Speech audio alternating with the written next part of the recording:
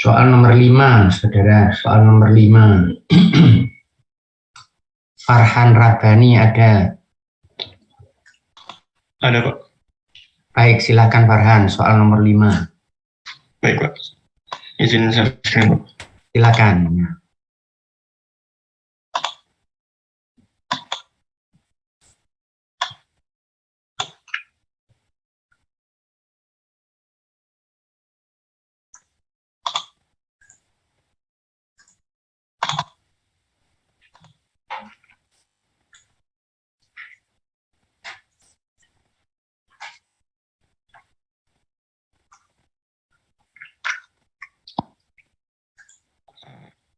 Sudah terlihat, Pak, share screen-nya? Sudah, ya, silakan. Ya, jadi yang ini soal 17.5 diminta untuk estimasi jumlah sampel dengan 95% confidence interval dari proporsinya dengan jumlah awalnya segini. Lalu menggunakan rumus untuk mencari jumlah sampel pada distribusi proporsi dengan rumus ini dengan akurasi yang yaitu K-nya sama dengan 3% atau 0,03 dimasukkan K yang ini, Z alpha per 2-nya didapatkan dari confidence interval pada 95%, alpha per 2 segini, didapat Z alpha per 2-nya 1,96, dimasukkan distribusi proporsinya P-nya itu sama dengan 36/50, yaitu 0,72 dikali 1 min P 0,8 didapatkan 860,5 dibulatkan menjadi 861 sampel size-nya yang diinginkannya. Baik, ada yang ditanyakan? Ada yang mengerjakan berbeda? Ini mencari jumlah pengamatan untuk apa ini? Yang lain juga untuk apa? Ya, silakan. Untuk apa? Untuk ini, Pak, memastikan bahwa estimasi dari confidence interval 95%-nya sudah cukup dengan data yang di data awalnya, Pak. Ya, cukup untuk membuat apa? Membuat confidence interval dengan untuk proporsi. Confidence interval untuk apa? Ya, baik. Proporsi, Pak. Untuk proporsi, baik. Dari mana P awal diperoleh? Kan dari ini, Pak, rasio antara jumlah 36 yang berhasilnya ini dibagi 50 sampel size awalnya. Baik, kalau begitu kesimpulan akhirnya nanti apa? Kalau saudara ingin apa? Jika ingin mendapatkan confidence interval sebesar 95% pada distribusi proporsi dengan P sebesar 0,72, maka diperlukan minimal jumlah pengamatan sebanyak 861. Baik, ya. Ada yang lain? Ada yang ingin menanyakan atau mengerjakan berbeda? Silakan. Baik, kalau sudah cukup, saudara Farhan, kemudian saya ke 17.6. 17.6 Raidi, ada Raidi. Raidi Salhan ada? Hadir, Pak. Hadir, silakan Raidi, nomor 6, 17.6. Mohon maaf, Pak, 17.6 saya belum, Pak. Yang berapa Raidi yang sudah?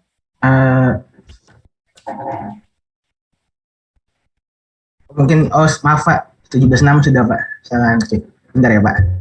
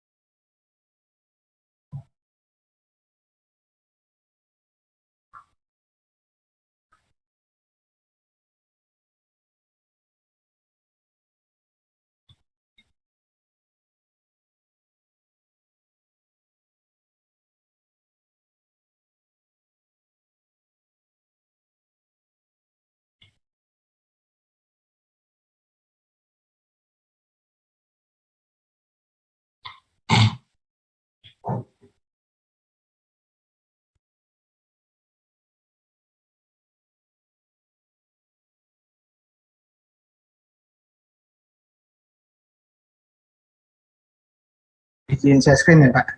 Silakan ya, silakan.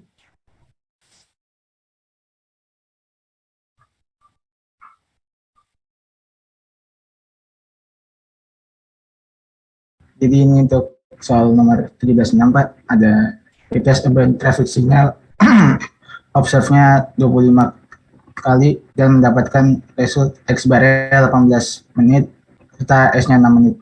Terus kalau replacement time-nya diasumsikan normal distribution dan retribution time-nya dari tau-nya 85% cognition level, maka mencari maximum width of precision band and true mean time serta complete and value needed to cut the precision band.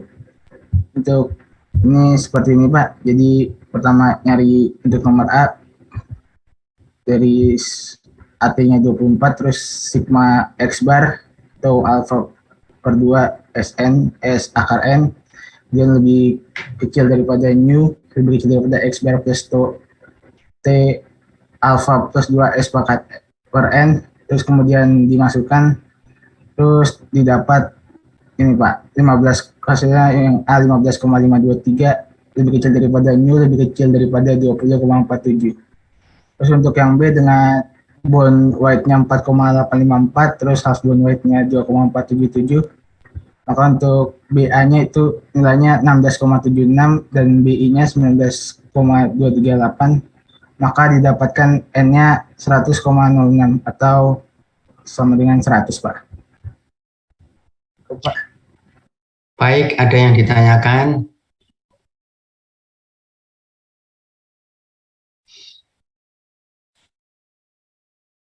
Baik, kalau tidak ada, saya lanjutkan.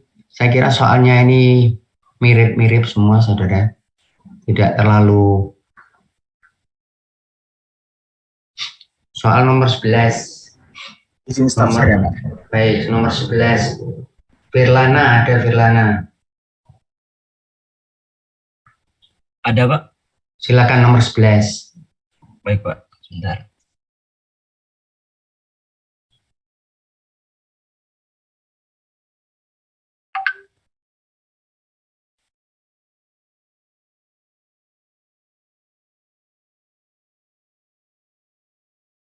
Izin share screen. Silakan ya.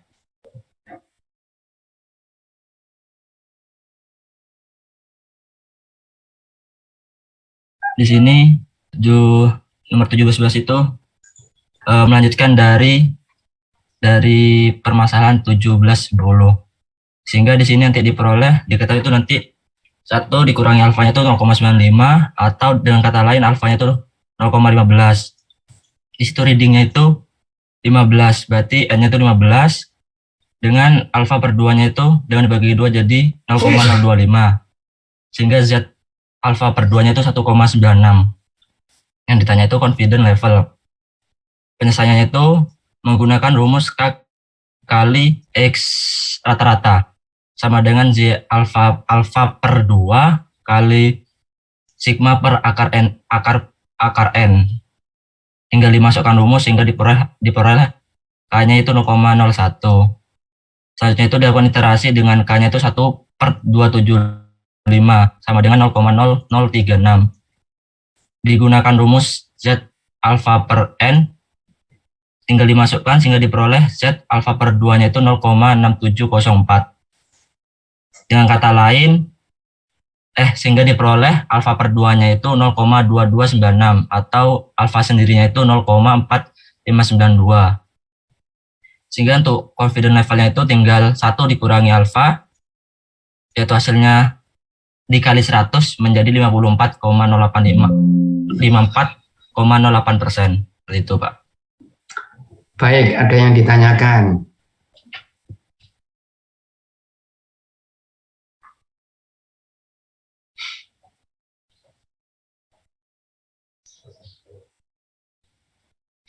Baik, kalau tidak ada, selanjutnya nomor 14. Saya izin stop share Pak. Ya, nomor 14. Raden Muhammad, ada Raden Muhammad. Ada Pak. Silakan Raden Muhammad.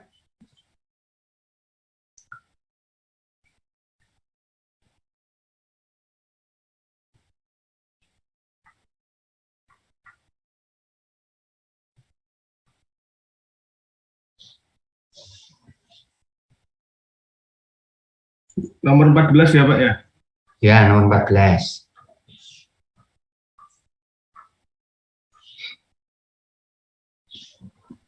Izin share screen Pak. Silakan ya, silakan.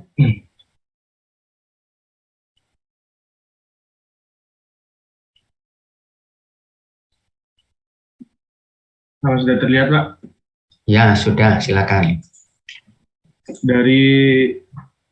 dari tugas yang diberikan itu, data yang diberikan adalah sejumlah 200 sekian, dan X-nya sejumlah 21, datanya sejumlah 4, CL-nya sejumlah 0,98.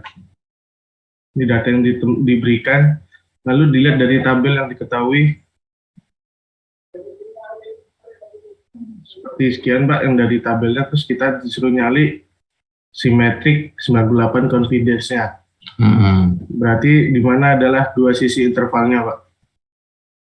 Menggunakan rumus seperti ini, 98%. Setelah itu dihitung 2 plus kurang lebih dari 2,33 ini, terus 4 hasil dari 4 dibagi akar 250, hasilnya sekian, tinggal dijumlah aja Pak, ketemunya segini Pak. 21,98, 21, Berapa tadi itu hasilnya itu? 21 Pak, 21,9895. Baik, ada yang mengerjakan berbeda?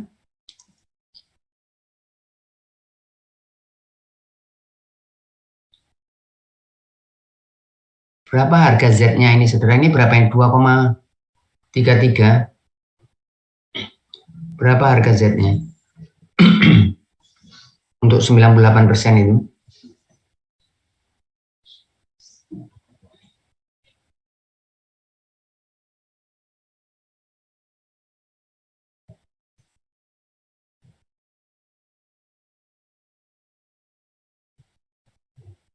Uh, 2,33 Pak.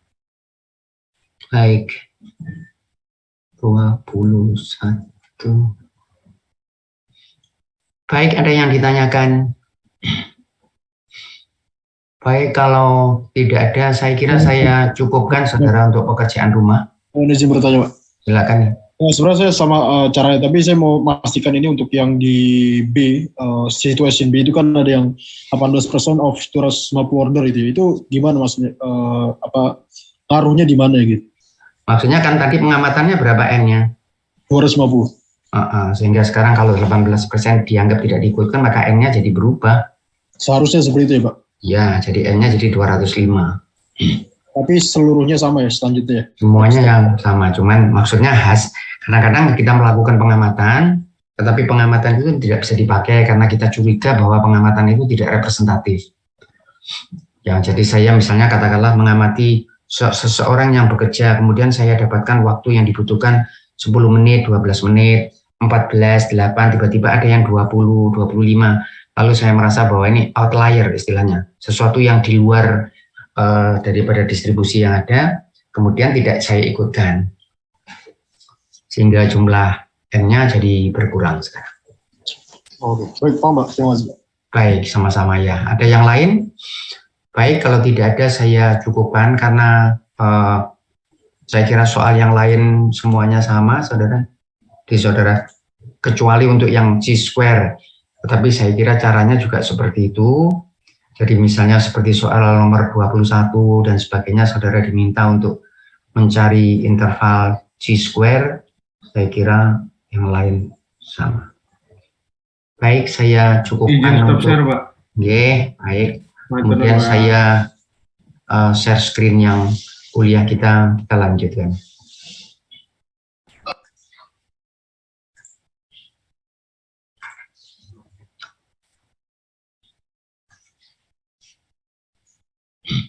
Ada yang ditanyakan kuliah yang lalu?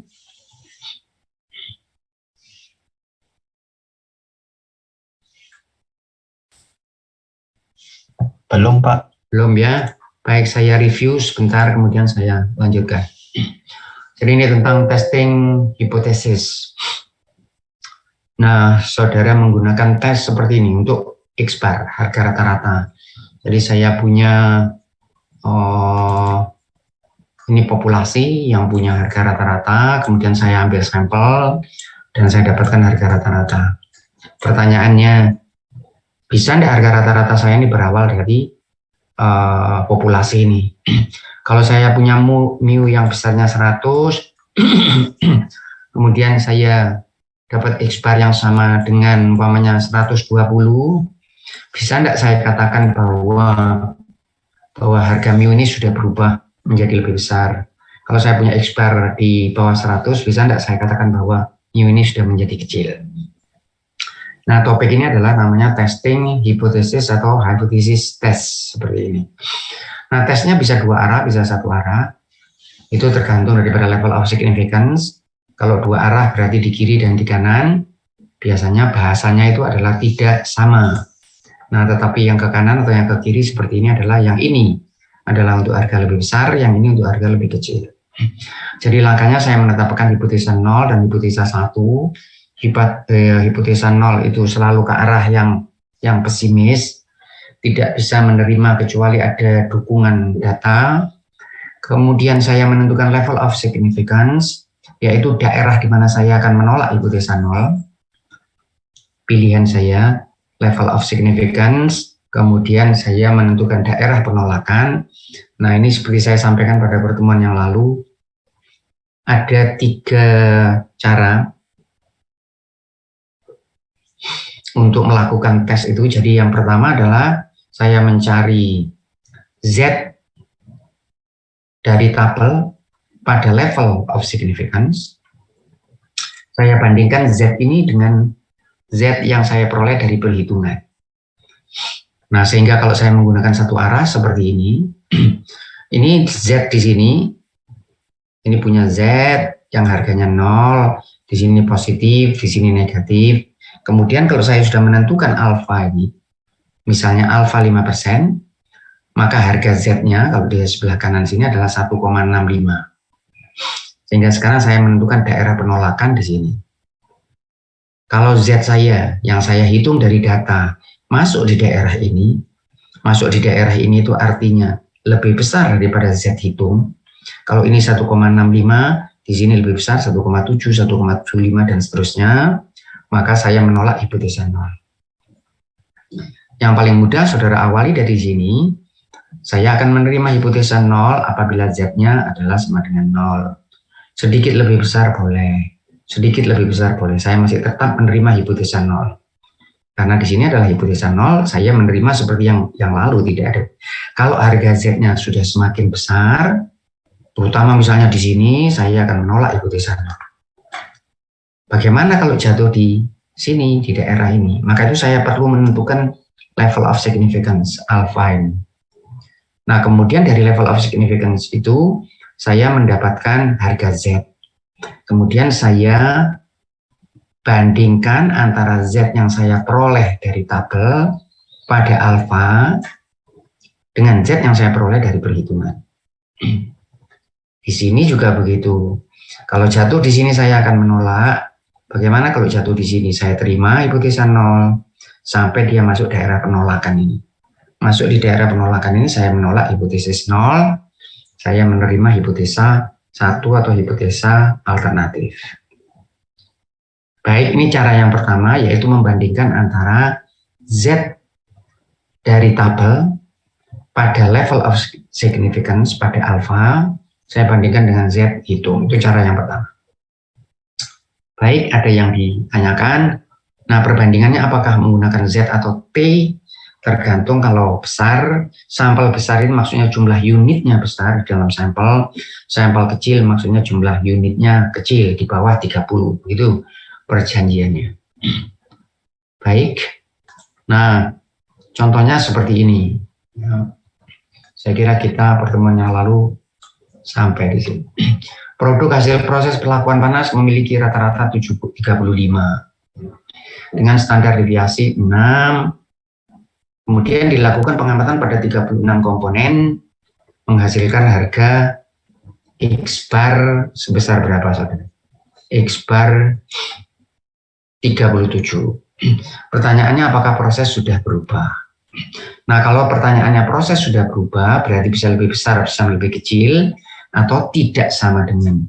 Hipotesa 0, mu sama dengan mu 0, tidak ada perubahan. Hipotesa 1, mu tidak sama dengan mu 0. Nah, kita menentukan harga level of significance alpha 5%. Kemudian saudara mengatakan saya menolak hipotesa 0 apabila Z hitung lebih besar sama dengan Z alpha per 2. Ya. Nah, untuk harga alfa 0,05, Z alfa per 2-nya adalah 1,96, diperoleh dari tabel. Kemudian saudara cari Z, ini rumusnya, dari rumus. Saudara masukkan X bar-nya 37, saudara masukkan mu-nya 35, dan seterusnya saudara dapat 2. Bagaimana 2 ini relatif terhadap 1,96? Karena 2 ini lebih besar dari 1,96, maka saudara menolak hipotesa 0 dan saudara mengatakan bahwa proses sudah berubah. Nah, jadi saya punya di sini berapa harga Z saya? Level of significance Z-nya 1,96. Nah, kemudian saya dapatkan Z yang besarnya 2 di sini. Ini 2. Ini adalah daerah penolakan pada level of significance.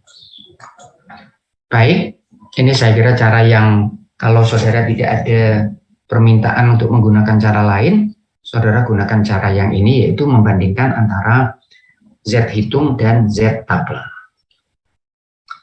Ada yang ditanyakan? Suaranya didengar dengan baik? Baik, Pak. Terdengar baik, Pak. Baik, ada yang ditanyakan? Silakan. Masih aman Pak. dulu. Silakan. Izin konfirmasi. Ini berarti Z yang dihitung itu Z mutlak ya, Pak? Z apa? Z yang dihitung itu Z mutlak. Ya, karena Z saya itu bisa lebih kecil, harga Z hitung saya kan bisa lebih kecil, lebih besar. Jadi yang di sini itu adalah lebih besar dari Z alfa per 2. Sebetulnya kalau soal seperti ini saya tidak perlu memberikan harga tanda mutlak ini.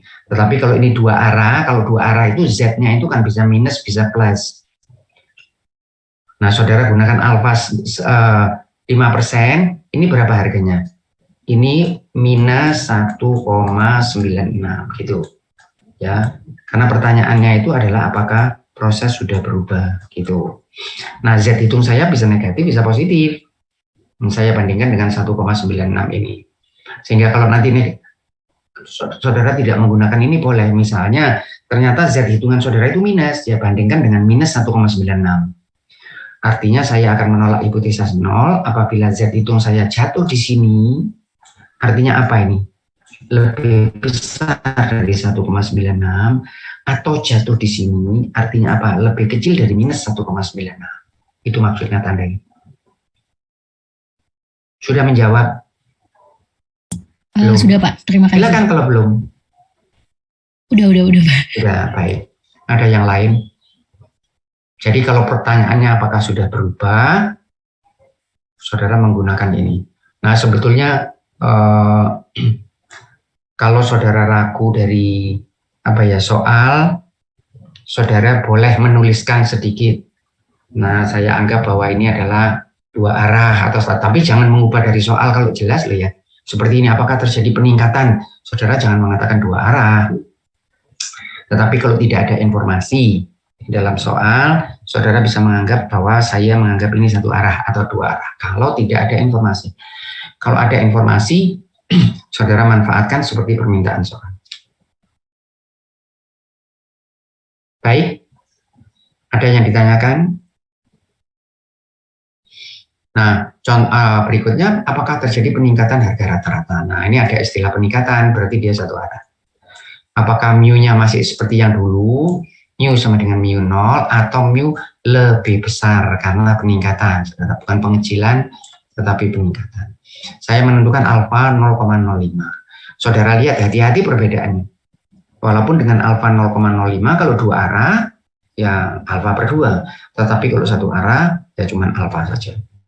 Sehingga harga Z yang tadinya 1,96, sekarang menjadi 1,65. Karena 1 arah. Nah, kemudian saudara hitung seperti tadi, hitungannya sama, dan dapat angka 2. Sehingga sekarang saudara dari perhitungan ini saudara bisa menyimpulkan bahwa harga rata-rata sudah berubah dan berubah menjadi lebih besar. Nah, kadang-kadang ini bisa tidak, sehingga ditolak pada saat satu arah tetapi bisa diterima.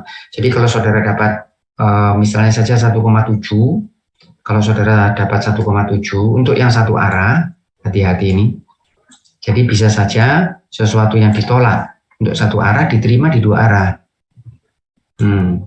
Jadi kalau saudara punya ini dapatnya 1,7, kemudian Z saudara di sini adalah 1,65. Untuk satu arah saudara akan menolak hipotesa 0 karena Z hitung saudara 1,7. Tetapi kalau saudara pakai di sini 1,7 masih di sini, sehingga saudara masih menerima hipotesa 0. Ya, kenapa terjadi perbedaan seperti itu? Adalah karena perbedaan menggunakan level of significance. Baik, ada yang ditanyakan, silakan.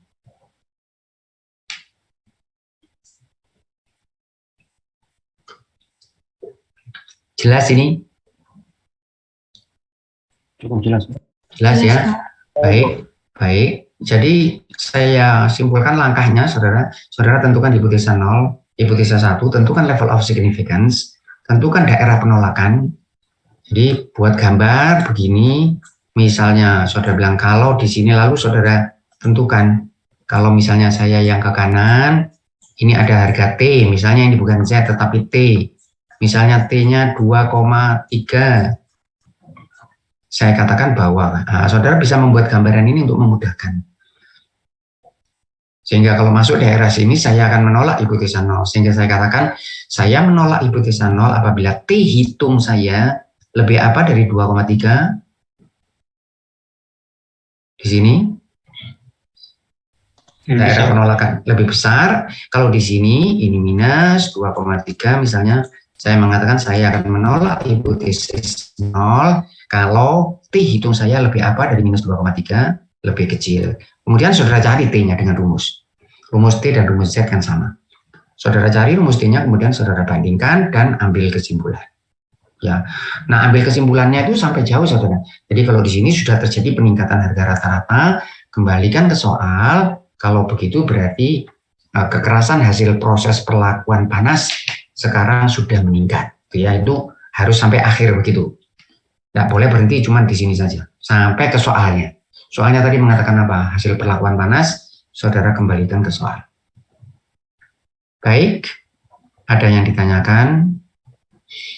Baik, kalau tidak ada saya lanjutkan. Ini sama saudara dengan yang tadi, sama, cuma kita menggunakan T karena jumlah pengamatannya 16 komponen. Saudara melakukan hal yang sama, level signifikan yang sama. Nah, kemudian tolak hipotesa 0 apabila ini lebih besar dari T alfa per 2 atau lebih kecil dari minus T alfa per 2. Kemudian saudara cari harga T alfa per 2. Nah, harga ini yang tidak bisa dipastikan karena tergantung daripada derajat kebebasan. Saudara dapat angka 2,131. Nah, T hitung saudara dimasukkan ke rumus dapat 2 dan ternyata lebih kecil dari 2,131. Kalau begitu proses belum berubah. Baik, ada yang ditanyakan? Izin konfirmasi saja. Silakan. Kata-katanya proses sudah berubah itu langsung asumsi atas bawah ya Pak, di langsung mutlak. Tapi kalau kalau apakah proses sudah berubah berarti ini, berarti plus minus seperti ini. Jadi dua arah. Karena tidak ditanyakan apakah meningkat atau menjadi lebih kecil, tetapi apakah berubah. Kalau proses sudah berubah berarti dua arah. Yang satu arah itu menjadi lebih besar atau menjadi lebih kecil. Oke, paham Pak. Terima kasih. Baik. Ada yang lain silakan. Nah, soal berikutnya adalah hasil proses pelakuan panas, rata-ratanya ini, kemudian 16 komponen dan dapat ini, X-bar 37. Apakah harga rata-rata proses sudah naik atau sudah meningkat? Karena satu arah, alfanya tadi hati-hati kalau dua arah berarti T alfa per 2, saudara mencarinya adalah 2,5%. Karena satu arah adalah T alfa, saudara dapat 1,753. Nah ternyata dari tes satu arah, saudara dapatkan bahwa dihitung lebih besar ke satu arah dari T alfa, berarti harga rata-rata sudah naik. Baik, silahkan kalau ada yang ingin menanyakan atau mungkin memberi komentar, atau silakan.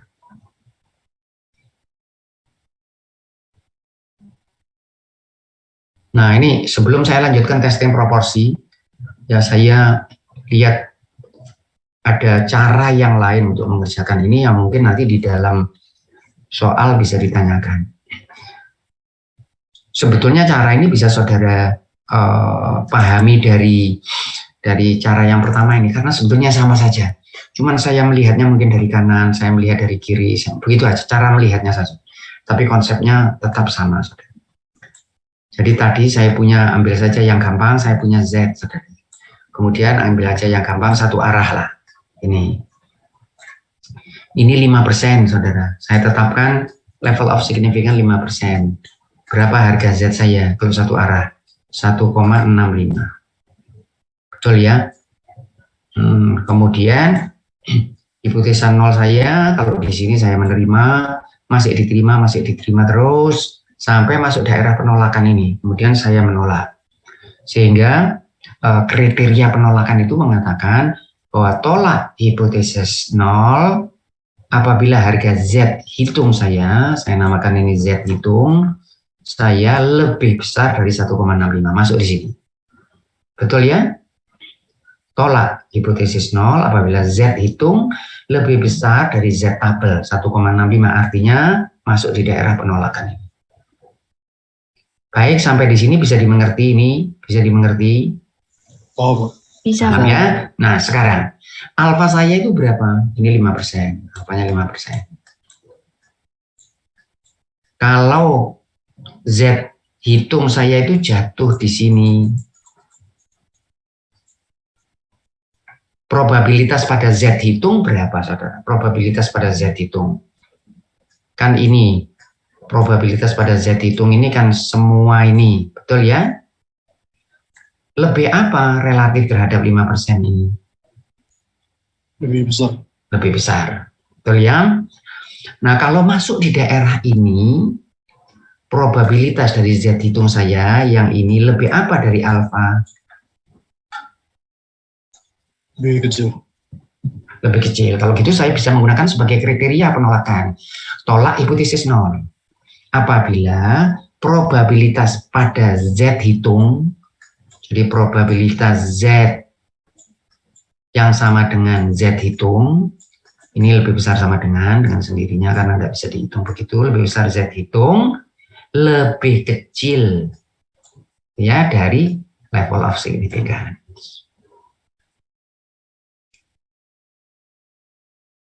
Nah, ini ada keuntungan tersendiri kalau saudara melakukan yang ini. Apa? Akhirnya saudara tahu sebetulnya hipotesis 0 saudara itu ditolak pada alfa berapa.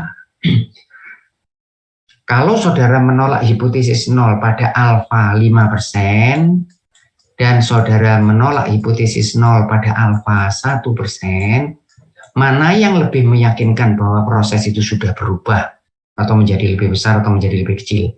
Pada alfa 5% atau alfa 1%?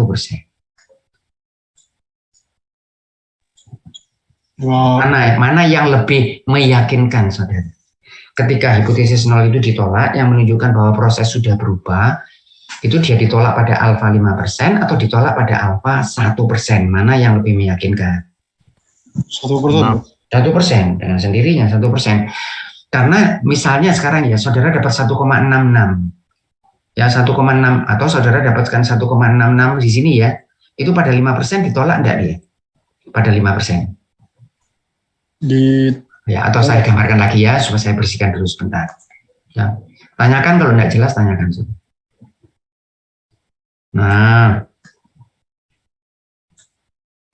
Saya punya ini supaya ada angkanya supaya gampang.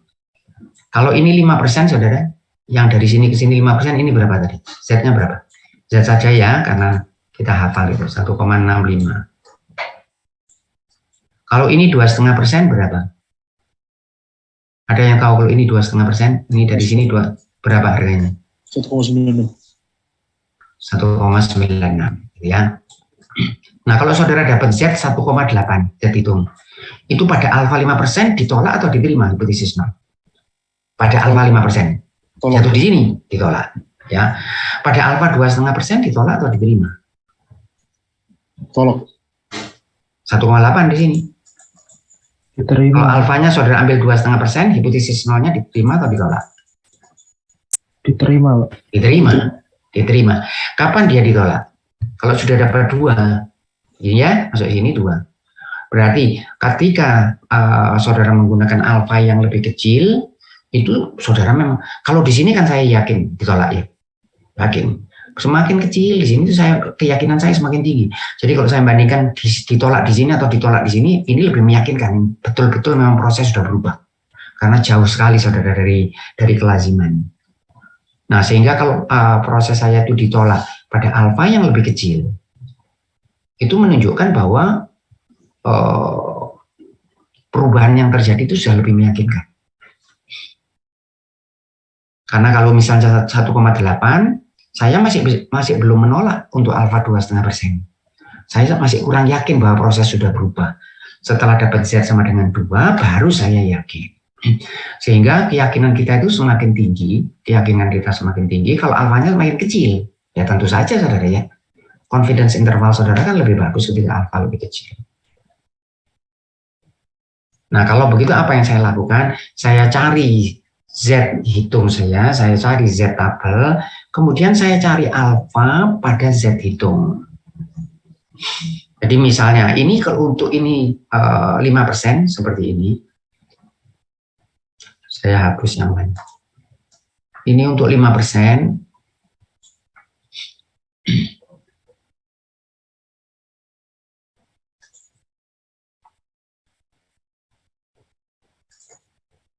Sebentar saudara, saya ambil markernya ini.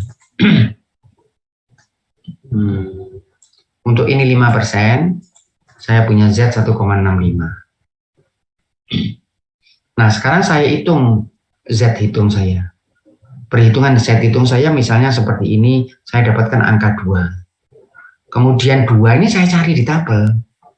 Berapa probabilitas Z yang lebih besar sama dengan Z hitung yang saya peroleh dari tabel.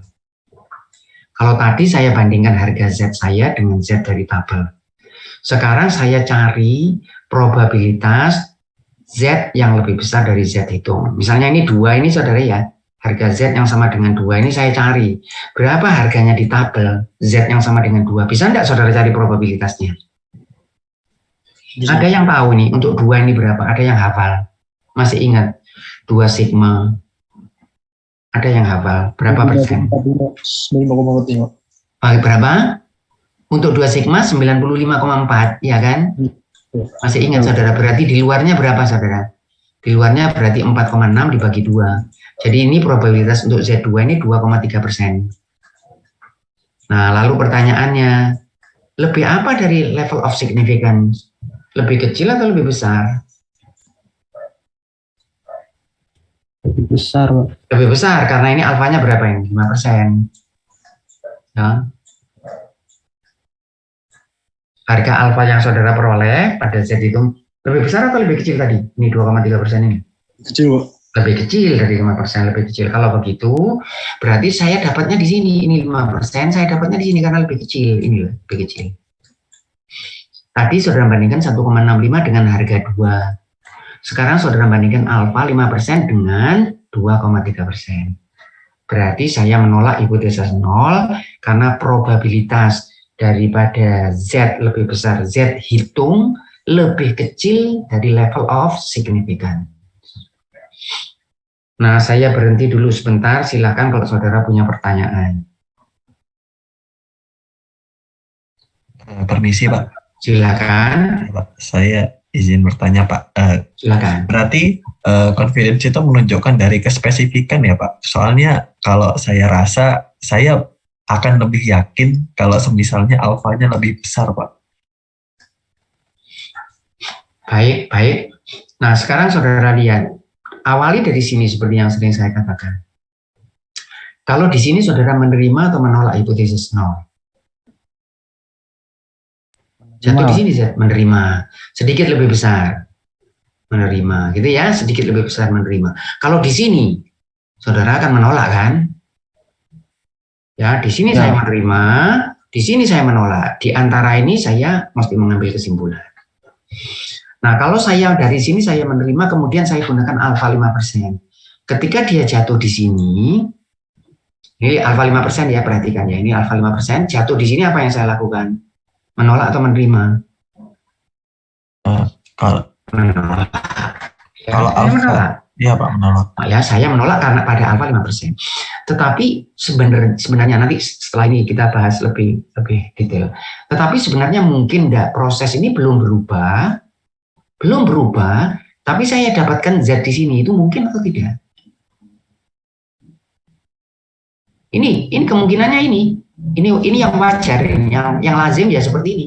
Sehingga dapat di sini, dapat di sini, dapat di sini, ini masih lazim sebetulnya. Dapat di sini baru tidak lazim. Ya. Sehingga sebetulnya mendapatkan Z yang ada di sini itu apakah sudah meyakinkan kepada kita bahwa proses sudah berubah? Sebetulnya belum. Kapan yakin? Jatuh di sini. Nah, kalau jatuh di sini ini berapa alfanya? Berapa kemungkinan dapat di sini kalau ini distribusinya?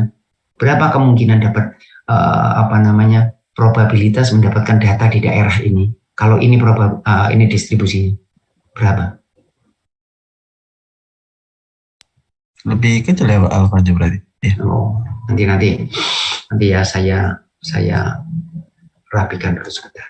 Ya, perhatikan baik-baik. Saudaranya mesti bisa jawab.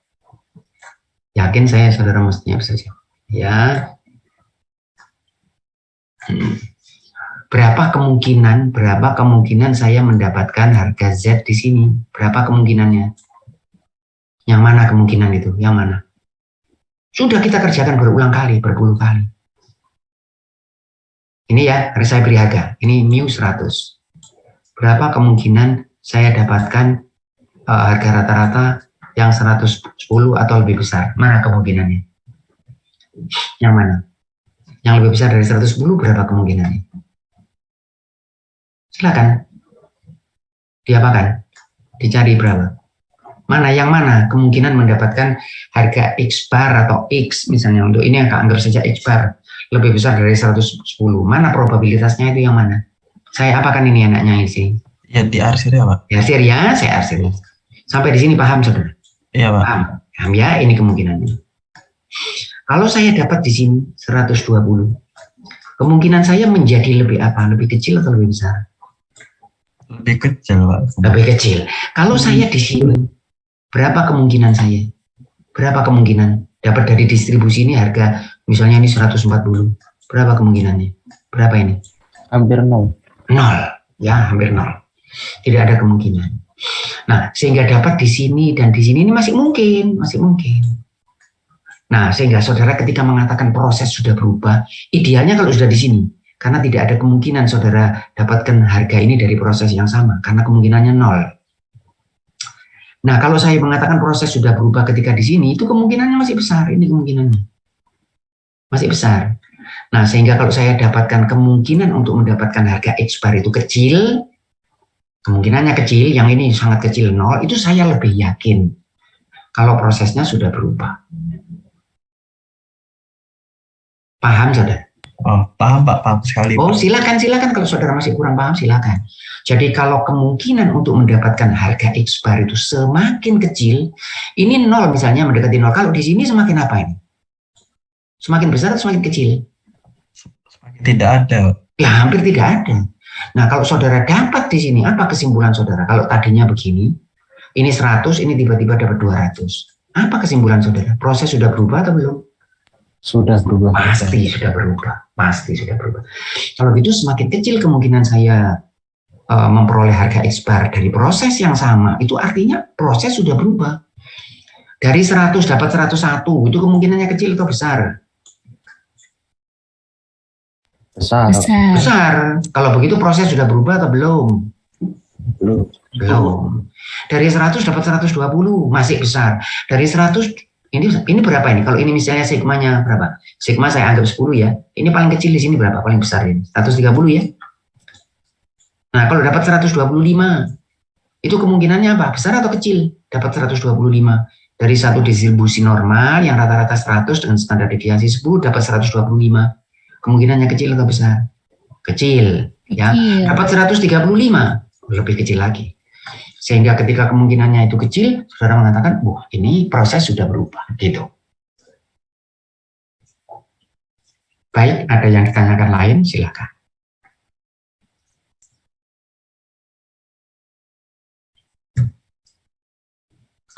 Nah, sehingga langkah yang kedua itu tadi apa? Saya punya alfa, level of significance, kemudian saya cari Z hitung, dicari. Misalnya ini 2, ya, 2. Saya cari di tabel, untuk 2 ini Z-nya 2,3%. Artinya apa, saudara? Lebih kecil dari level of significance. Karena dia lebih kecil, maka saya menolak hipotesis 0. Gitu.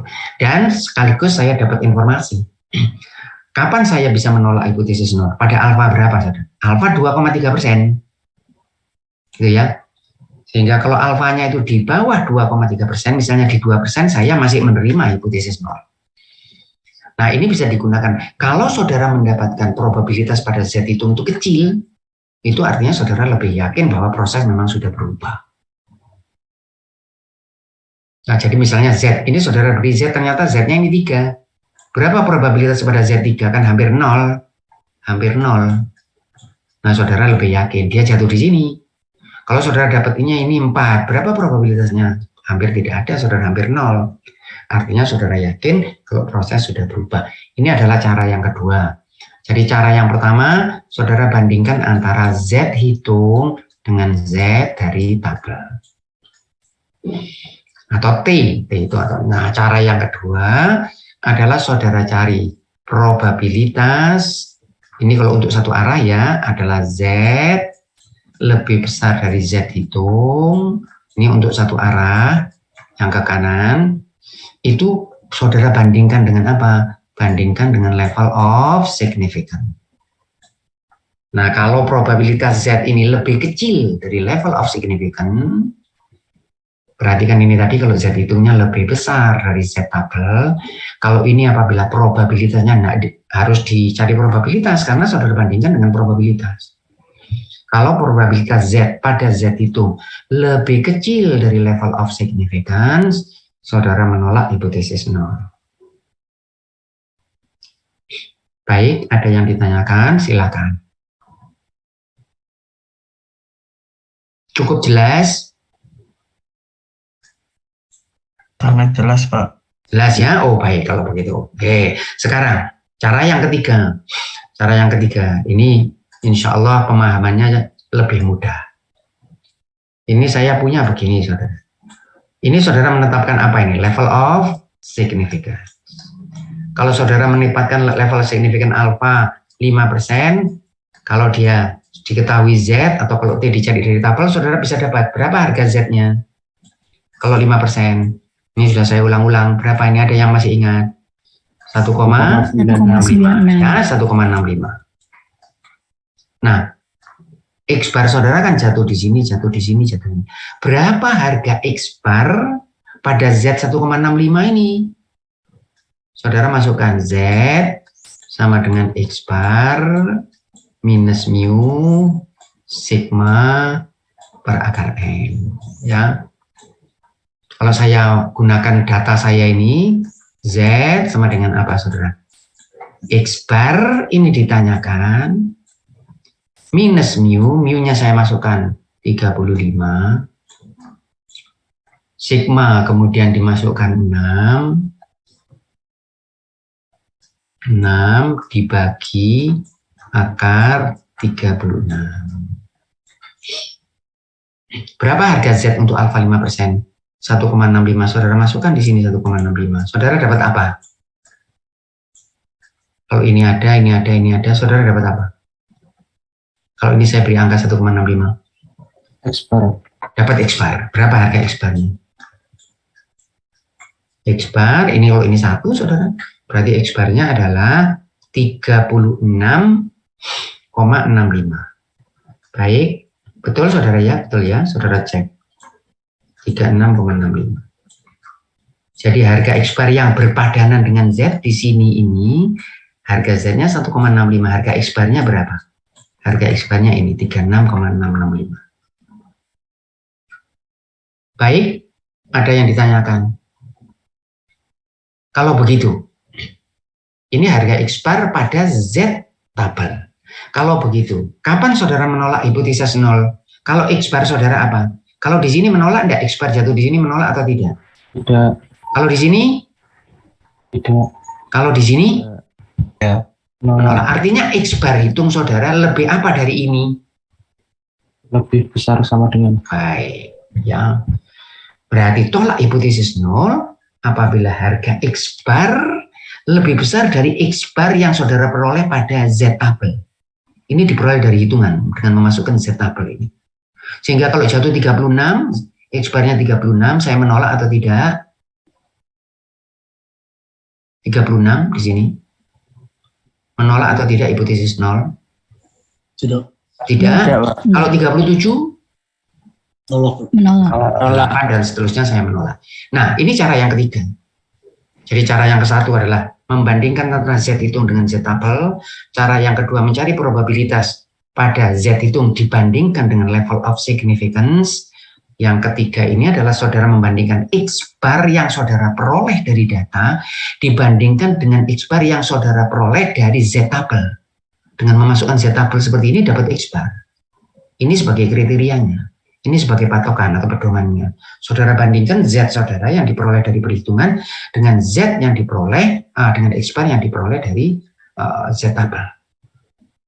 Nah, yang ini saudara, cara yang ketiga ini lebih mudah, maksudnya lebih terapan untuk digunakan misalnya di industri.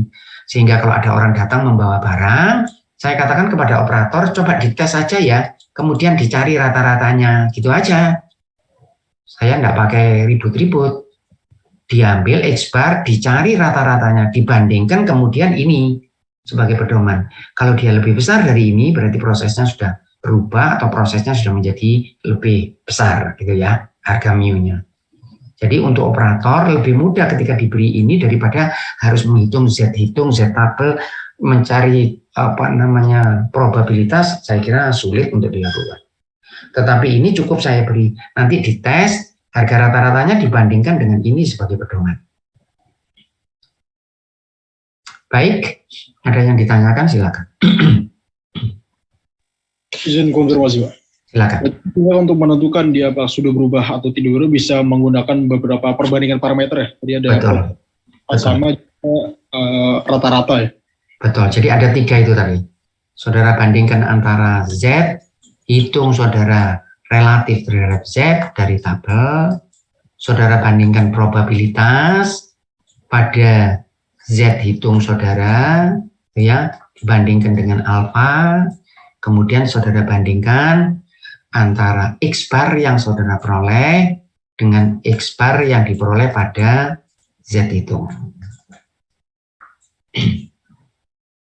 Oh, Z tabel maksudnya, mohon maaf, Z tabel. Baik.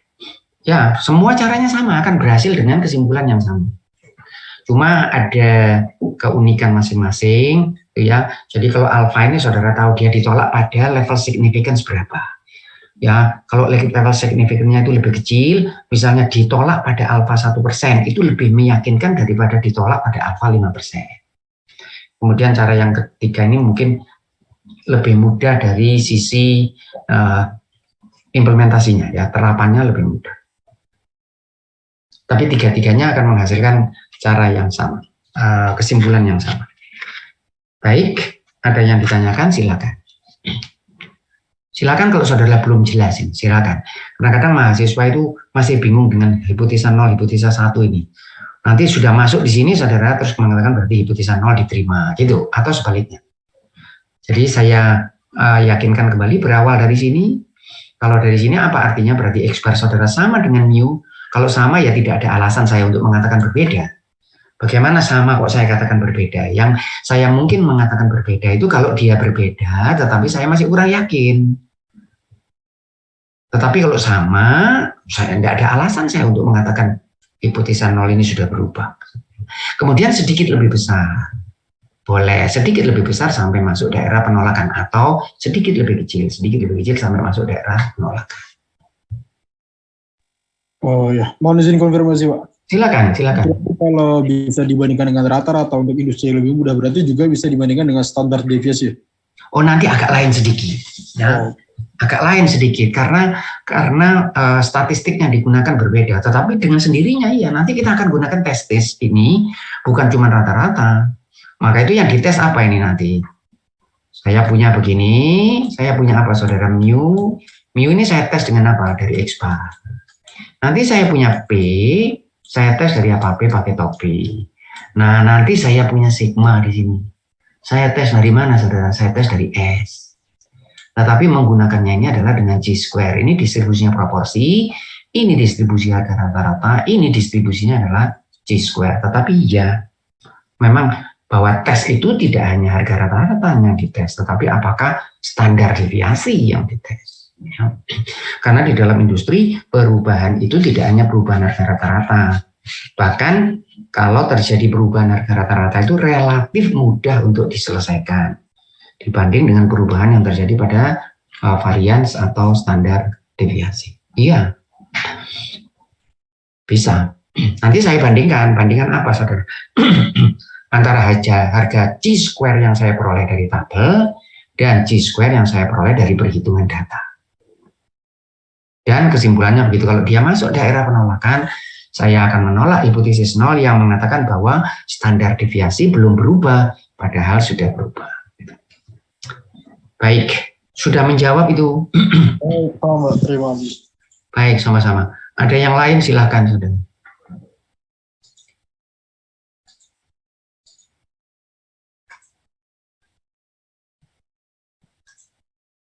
Sebentar saudara, saya besarkan volume.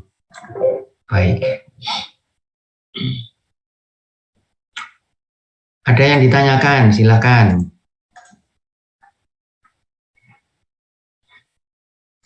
Cukup ya. Jadi 1, 2, 3. Sekarang saya lanjutkan testing proporsi.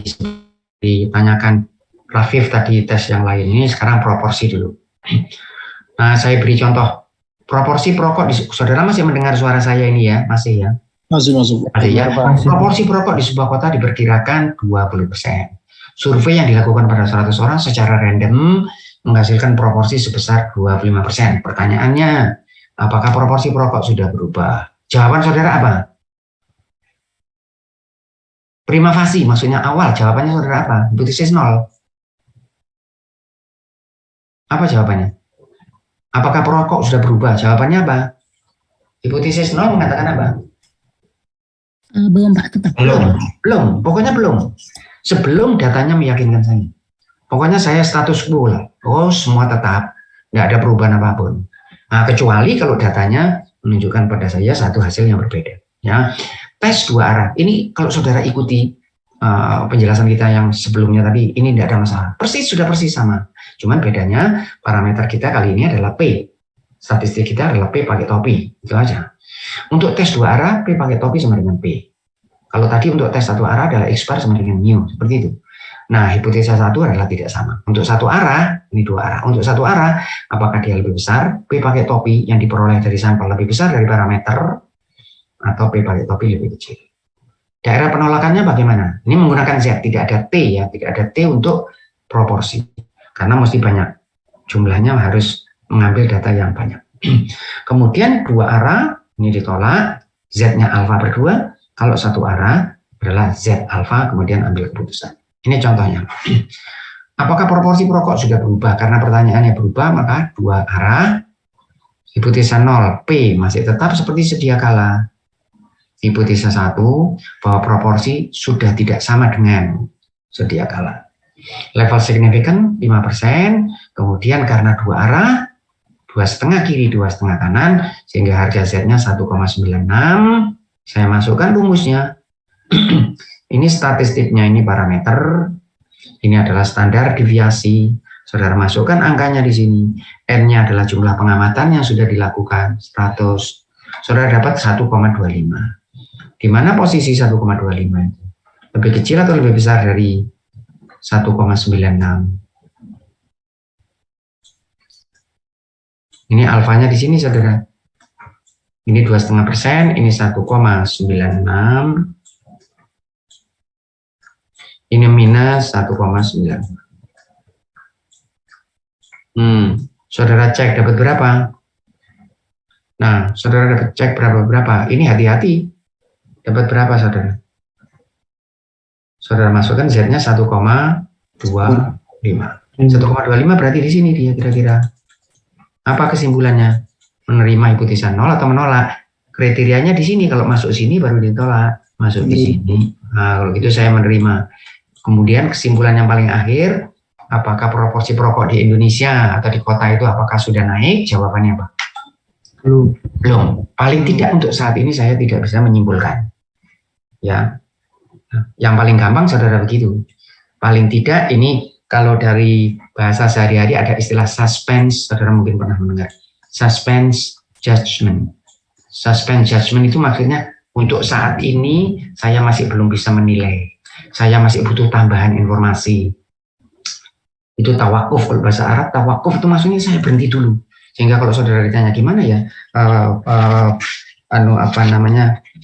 pendapat saudara tentang katakanlah sistem yang baru yang diterapkan katakanlah di sekolah. Saudara mengatakan, wah saya masih suspense judgment, saya masih belum bisa menilai karena data saya masih kurang. Paling tidak begitu, tapi yang jelas saudara tidak bisa mengatakan bahwa sudah berubah, karena dia masih jatuh di sini. Termasuk juga kalau jatuh di sini ya, kalau jatuh di sini. Baik, ada yang ditanyakan, sehingga silakan. Untuk di soal kan biasanya nggak ada level of significance ya, itu kita nentuin sendiri betul-betul bebas. Boleh. Kalau tidak ada apa, saudara anggap saja saya menggunakan alfa 5%, begitu. Boleh. Nah, maka itu bisa saja kesimpulan saudara dengan kesimpulan mahasiswa lain berbeda. Karena ya ada yang menggunakan 5% dan ternyata ditolak, tetapi ketika ada yang menggunakan 1%, ternyata hipotesis 0 diterima. Yang mana yang betul? Dua-duanya betul, saudara. Dua-duanya betul, masalahnya cuman ketika menentukan level of significance. Sehingga perhatikan baik-baik, kesimpulan yang diperoleh itu sangat ditentukan oleh level of significance. Artinya bisa saja soal yang sama berakhir dengan kesimpulan yang berbeda. Paham saudara? Karena saudara mengambil level of significance yang berbeda. Ditolak pada 5% tetapi masih diterima pada 1%. Seperti tadi. Jadi ini 1,96 ya. Kemudian saya punya yang di sini ini 2. Nah, saudara jatuh di sini. Nah, untuk yang 1,96 dia ditolak, untuk yang 2 dia masih diterima hipotesis 0. Baik. Silakan kalau ada yang ingin ditanyakan. Nah, sehingga kalau saya punya seperti ini, saya mengatakan jangan tolak hipotesis 0 gitu ya. Begitu bahasanya saudara boleh menggunakan terima hipotesis 0 juga saya kira ini terkait dengan suspense judgment dan sebagainya. Tetapi paling tidak untuk sementara saudara masih mengatakan proses belum berubah. Kemudian yang satu arah, apakah proporsi perokok sudah meningkat? Saudara lihat, ini mungkin agak counterintuitif sedikit ya, agak counterintuitif.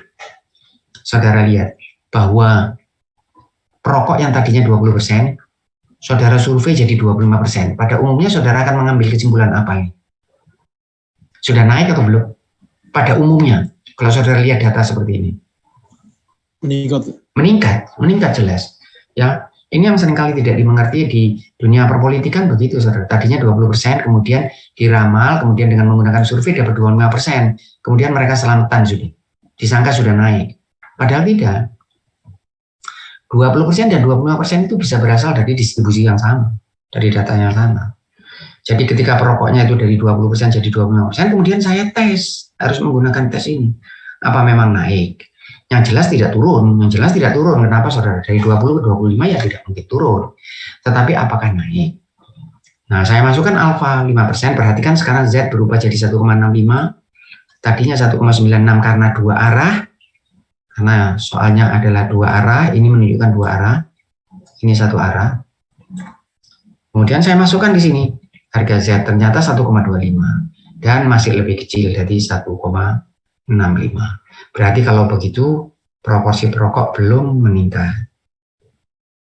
Nah, kemudian kalau saya tanya, kapan proporsi perokok ini sudah meningkat pada alfa 5%? Gimana jawabannya? Kalau saya ganti soalnya, kapan saudara mengambil kesimpulan bahwa proporsi perokok sudah meningkat pada level of significant 5%? Gimana mengerjakannya? Gimana? Berarti ketika di besar gitu kan Z-nya atau alfanya lebih besar dari itu ya? Enggak, pertanyaan saya, ini kan begini ya, ini berapa tadi? Dari 100 orang ternyata ada 25 orang gitu ya. Jadi dari 100 orang ada 25 orang yang merokok. Kemudian ditanya apakah jumlah perokok, ternyata belum. Kemudian saudara ditanya, loh kapan saya bisa menentukan bahwa jumlah perokok di Indonesia ini sudah meningkat? Berapa? Dari 100 berapa orang? Gimana ngerjakannya? Pada level signifikan tertentu, yang diminta misalnya level signifikan masih 5%. Berapa harganya? Diapakan? Seperti cara yang ketiga tadi, saudara apakan? Cari tahu expertnya. Diapakan? Silakan. Cari tahu expertnya dari Z. Oh, hati-hati ya, hati-hati. Jangan menggunakan istilah expert ya. Di sini sudah. Sini kita P. Gimana dapatnya? Saya ulang lagi pertanyaannya supaya jelas. Tadi dari 100 gitu ya. Nah itu katanya dulu 20% perokoknya 0,20 atau dari 100 ini secara rata-rata 20 orang. Sekarang dari 125 orang. Kemudian saudara coba ini dilihat apakah jumlah perokok ini kan bisa apa saja saudara.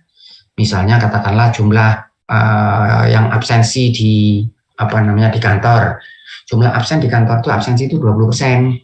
Coba saudara tes, saudara baru masuk di kantor itu kemudian saudara tes berapa absensi di kantor ini.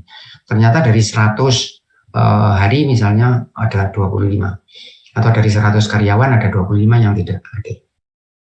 Kemudian disimpulkan apakah berarti tingkat absensi di kantor ini sudah meningkat. Saudara tes seperti ini, ternyata saudara kesimpulannya apa? Oh masih belum Pak. Masih belum meningkat karena dapat 25 ini yang mungkin saja karena kebetulan saja. Kemudian saudara ditanya, berapa angkanya, perokok ini berapa angkanya supaya saya yakin kalau sudah meningkat dengan alfa yang sama, alfanya 5%. Gimana mengerjakannya? Berarti kan saudara tidak akan keluar dari rumus-rumus ini ya, tidak akan keluar. Gimana caranya? Ada yang punya gagasan? Tinggal dimasukin aja betulnya 1,96 kan berarti. Di mana? Dimasukkan di mana? Dimasukkan di mana? Untuk dua arah atau satu arah? Satu arah ya. Satu arah ya, misalnya untuk meningkat. Apakah sudah meningkat dengan alfa 5%? Dimasukkan mana betul tadi jawabannya? Dimasukkan mana? Ke Z 1,65 Z itu. Baik, di sini saudara masukkan 1,65. Iya. Baik. Ya, dapat apa nanti? Nanti parameter kan sama nanti dapat P itu. Dapat P pakai topi kan gitu. Ya, saudara masukkan Z 1,65, nanti dapat P pakai topi. Misalnya P pakai topinya ini dapat 0,32. Misalnya. Kalau begitu apa artinya? Apa kesimpulannya? Kalau dari 100 orang ini ternyata jumlah perokoknya adalah 32, itu saudara akan menolak ikuti Z0. Itu. Jadi balik saja. Pada alfa 5%. Tetapi ada kata-kata begini, saya enggak ya. Jadi saya ingin bahwa survei kita ini harus betul-betul, jadi jangan sampai buat salah. Jadi harus saya yakin bahwa prosesnya sudah berubah atau sudah meningkat. Saudara apakan alfanya, dikecilkan atau dibesarkan? Supaya lebih teliti. Lebih kecil. Dikecilkan. Berarti alfanya sekarang 1%. Ya, kalau alfanya 1%, Z-nya menjadi lebih apa? Lebih kecil atau lebih besar? Ini Z. Lebih besar ya, ke sini kan lebih besar, ke sini lebih kecil. Ya, ini kalau 5%, 1% dia makin ke sini, Z-nya lebih besar. Kalau Z-nya lebih besar, P pakai topinya menjadi lebih apa?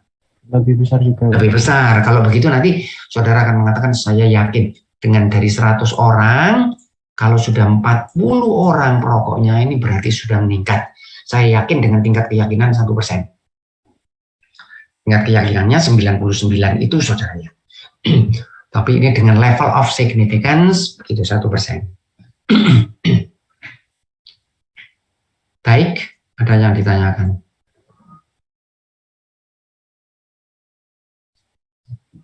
Paham ini? Jelas ini? Paham. Baik, Dimas Aji, ada Dimas Aji. Ya, hadir Pak. Hadir. Helmi, ada Helmi. Hadir Pak. Lutfi, ada Lutfi. Hadir, Pak. Baik. Paham kamu Lutfi? Paham, Pak. Paham, baik. Ya. Ada yang ditanyakan silakan. Kalau tidak ada saya lanjut. Ya. Permisi Pak, mau Silakan. bertanya. Berarti kalau alfanya tadi level of signifikannya itu dijadikan 1%, berarti Ya. tingkat KX-nya bisa kita anggap 99% gitu Pak ya? Kalau jadi ini antara nanti sebentar lagi kita lihat itu hubungan hubungan antara confidence interval dengan testing hipotesis ini. Jadi berkait saudara. Cuma perlu diperhatikan bahwa confidence interval ini kaitannya dengan dua arah. Kalau confidence interval kan selalu dua arah, kiri kanan kan, betul? Confidence interval itu selalu dua arah. Tetapi kalau ini testing hipotesis ini bisa dua arah, bisa satu arah. Sehingga kesimpulan yang saudara peroleh dengan menggunakan confidence interval akan sama dengan testing hipotesis kalau dua arah. Tetapi kalau satu arah bisa tidak sama. Nah, jadi pada level signifikan misalnya 2,5%, ini confidence intervalnya 95, ya komplemennya. Tetapi confidence interval selalu dua arah. Tetapi kalau testing hipotesis bisa dua arah, bisa satu arah. Apakah proporsi rokok sudah berubah? Kemudian apakah proporsi rokok sudah meningkat? Ya. Baik. Sudah menjawab itu? Sudah Pak, terima kasih. Sama-sama ya. Ada yang lain silakan. Kalau punya pertanyaan saudara tanyakan, saudara jangan dibawa pulang ke rumah. Mau nanti saudara tanyakan teman saudara belum tentu paham. Baik. Nah, sekarang testing variance. Ini tadi yang ditanyakan siapa tadi, Rafiq mungkin. Ya, gimana kalau testing varian?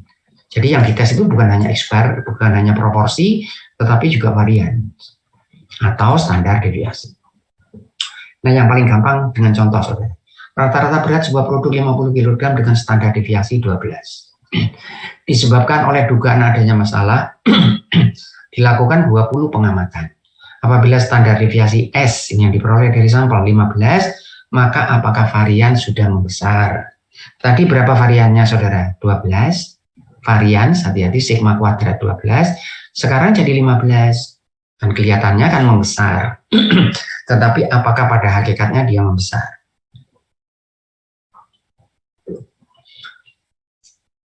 N20 tes satu arah karena membesar. Dua arah bisa, tapi ini tes satu arah. Sigma kuadrat adalah sama dengan 12 kuadrat. Sigma kuadrat lebih besar dari 12 kuadrat. Ini 12 standar deviasi varian. Level signifikan kita tentukan 0,05. Saudara menentukan daerah penolakan. Ini dicari dari distribusi G-square. Nah, berapa harganya ketika ini 5%? Berapa harganya? Nah, saudara cari di tabel. Kalau saya punya tabel di sini, Mbak ada. Kalau tidak ada yang di yang lalu, saudara ya. Di tabel yang lalu anggap saja saudara bisa melihat tabelnya.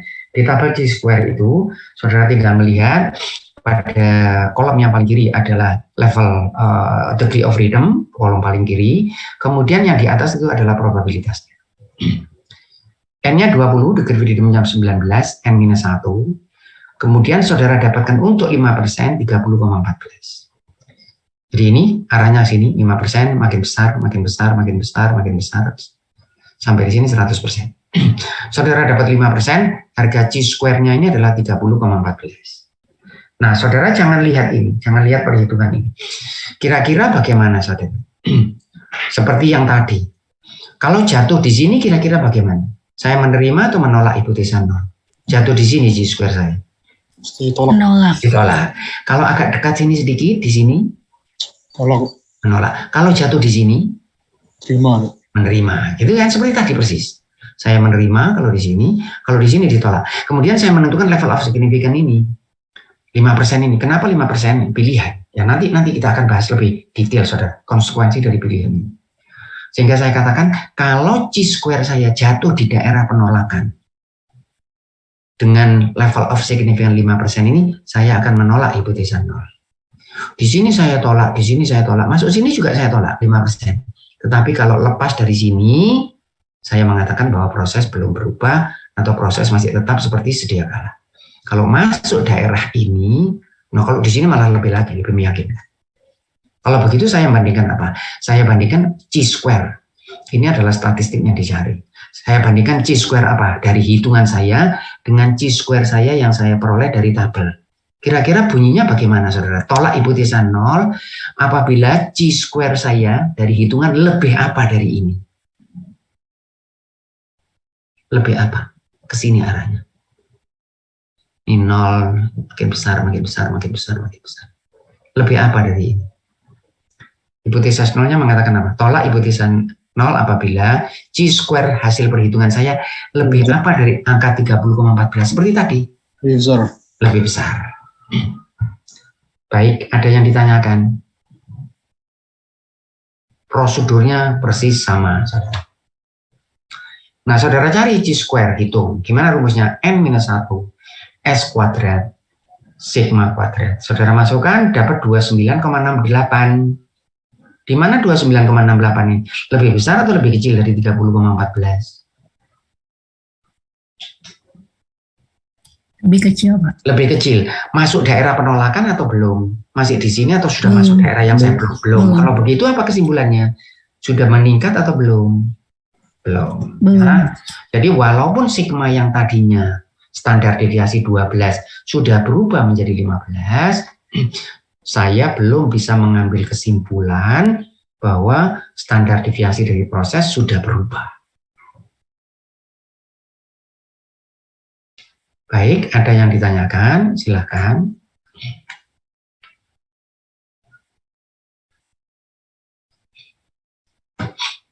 Jelas ini?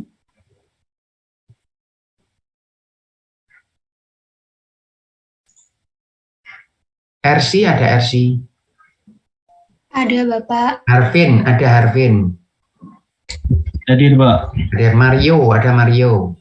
Hadir, Pak. Punya pertanyaan Mario? Sejauh ini belum, Pak. Baik. Nah, kalau tidak, silakan. Silakan Ini ya. kan, ini kan membandingkan apakah pertanyaan. Bagaimana tadi? Sebentar saya. Bagaimana tadi Rafif? Ya silakan. Oh, untuk tadi kan dari testing variance, testing rata-rata dan semuanya itu probability.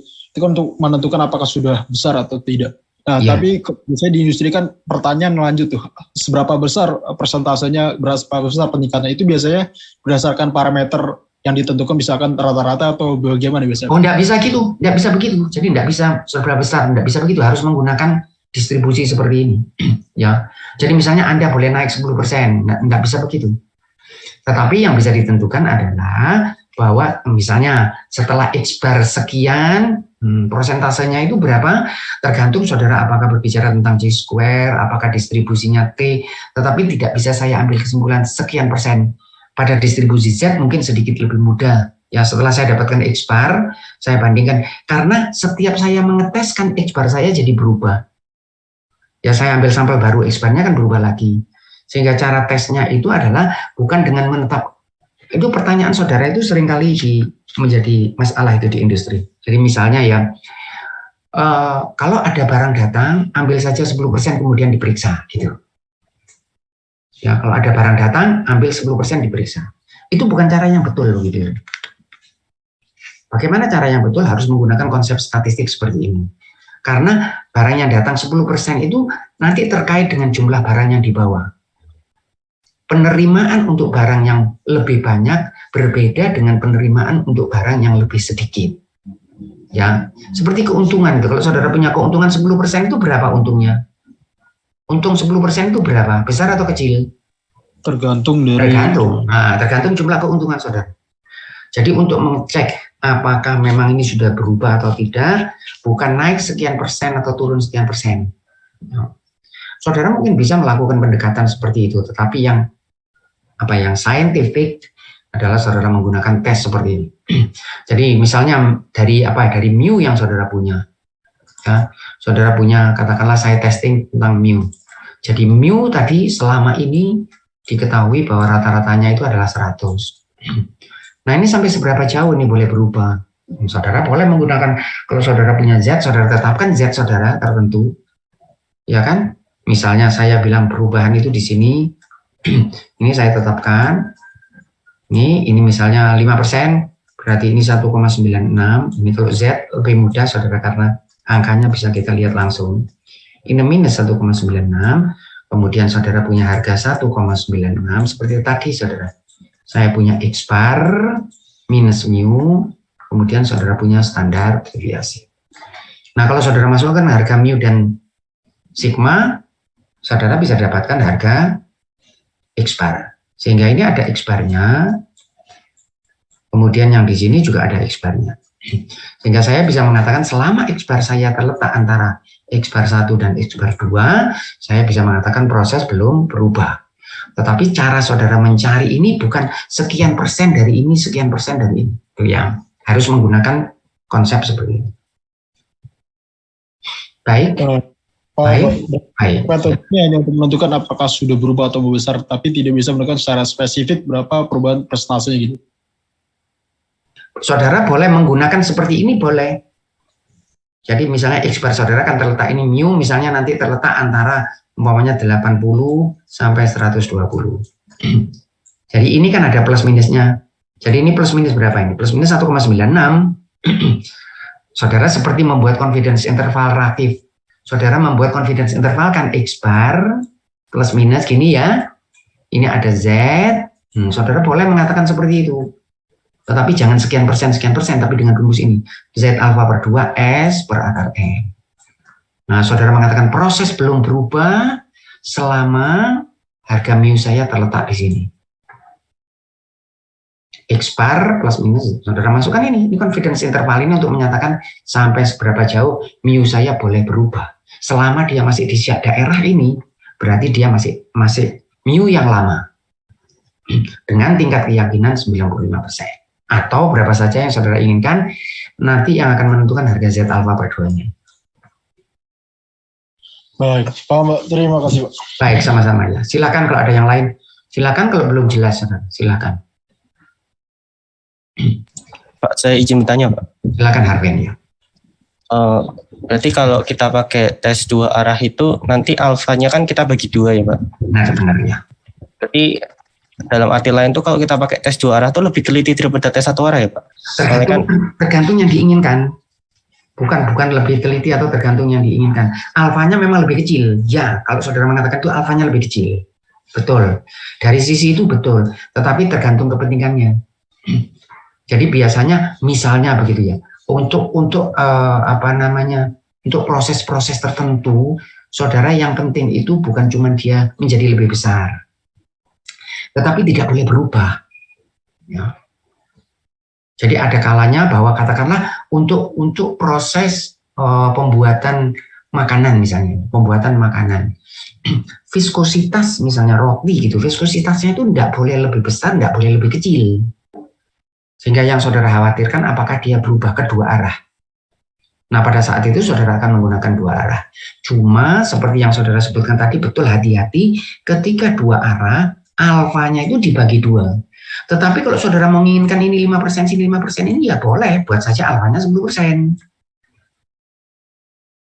Tetapi perjanjiannya ketika 2 arah, itu alfanya dibagi 2. Dari sisi ketelitian, tapi saudara tidak akan menggunakan tes 2 arah untuk tes 1 arah. Kalau memang 1 arah, ke kanan atau ke kiri, ya saudara tetapkan alfanya berapa. Nah kalau saudara mau lebih teliti, pada tes 1 arah, ke kanan atau ke kiri, alfa yang tadinya saudara tetapkan 5%, sekarang turunkan menjadi 2%. Misalnya ini saudara lebih teliti, ya. Atau turunkan menjadi 1%. Sama-sama 1 arah, alfa yang tadinya 5%, sekarang saudara turunkan menjadi 2%. Ada kalanya saya melakukan seperti itu, saudara. Maksudnya saya ingin kesimpulannya ini teliti. Jangan sampai saya mengatakan bahwa proses sudah berubah, padahal proses belum berubah.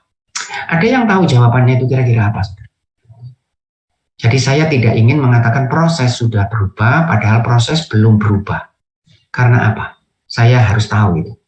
Jadi saya punya proses yang sedang berjalan di industri, kemudian nanti saya bisa mengatakan proses ini sudah berubah atau proses belum berubah. Ini punya konsekuensi. Nah, saya juga tidak ingin mengatakan bahwa proses sudah berubah kalau dia belum berubah. Kenapa saya harus hati-hati, saudara? Ada yang tahu jawabannya? Karena berkaitan kalau industri berarti perubahan sistemnya. Ya, kalau proses sudah berubah, apa yang saya lakukan? Di industri ya, proses sudah berubah. Apa yang saya lakukan? Di recalibrate lagi, Nah, saudara akan mengubah parameter-parameter proses kan? Ya, dan bayangkan saudara kalau proses ini melibatkan, bayangkan misalnya pembangkit listrik, kemudian saudara harus mematikan ketel dan sebagainya. Bisa dibayangkan saudara kerugiannya. Ya, di kilang-kilang minyak itu ya, kilang minyak itu kan ada gitu, keran-keran gini ya, kemudian yang dibawa ke kapal, gas juga begitu saudara ya, untuk dibawa. Kemudian di sini kan ada pompa, kemudian ada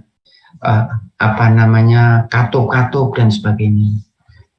Ini kalau saudara menutup katup aliran ini saudara, mungkin satu kali saudara tutup ini bisa berharga ratusan juta kalau tidak miliar saudara. Ya. Satu kali saudara menutup katup seperti ini harganya bukan murah.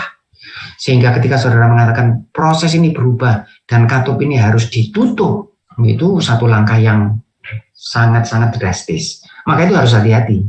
Jangan mengatakan proses sudah berubah kalau dia belum berubah. Dan sebaliknya saudara, hati-hati juga dengan ini. Jangan mengatakan proses belum berubah padahal dia sudah berubah. Itu saudara tarik-menarik antara ketelitian yang saudara inginkan dan risiko ketika saudara mengatakan proses sudah berubah padahal belum berubah. Baik, sudah menjawab pertanyaan Harvin tadi? Sudah Pak, terima kasih Pak. Baik, sama-sama. Ada yang lain silakan.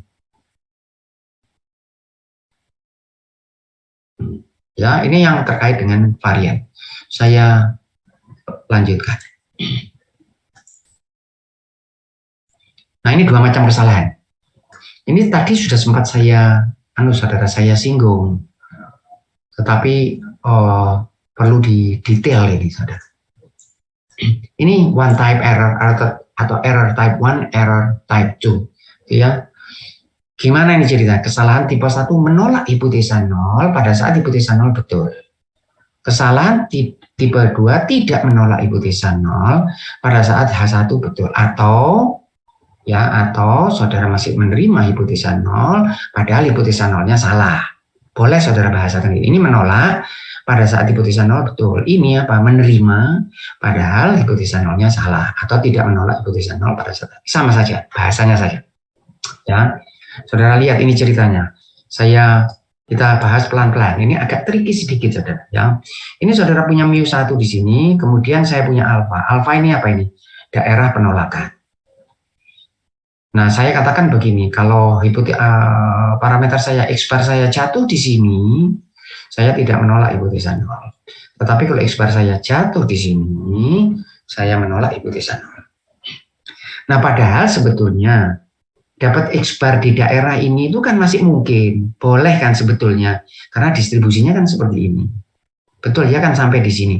Kalau di sini, nah ini terlalu jauh, tetapi di sini kan masih boleh. Nah, ada yang mengatakan begini, kenapa Pak kok ditetapkan di alfa ini, kenapa tidak ditetapkan di 3 sigma atau 4 sigma, kan sudah selesai. Nah, saudara khawatir apa? Jangan-jangan prosesnya sudah berubah tapi saudara tidak tahu. Itu saudara. Maka itu saya perlu menentukan alfa ini. Nggak bisa saya tentukan di sini. Ya boleh kalau saudara mau, tapi berisiko. Ketika saudara tentukan daerah penolakan itu di sini, jadi kalau saya punya ini, saya katakan bahwa saya akan menolak hipotesa 0 kalau saya dapatkan X bar di daerah sini. Ya boleh. Sangat yakin saudara.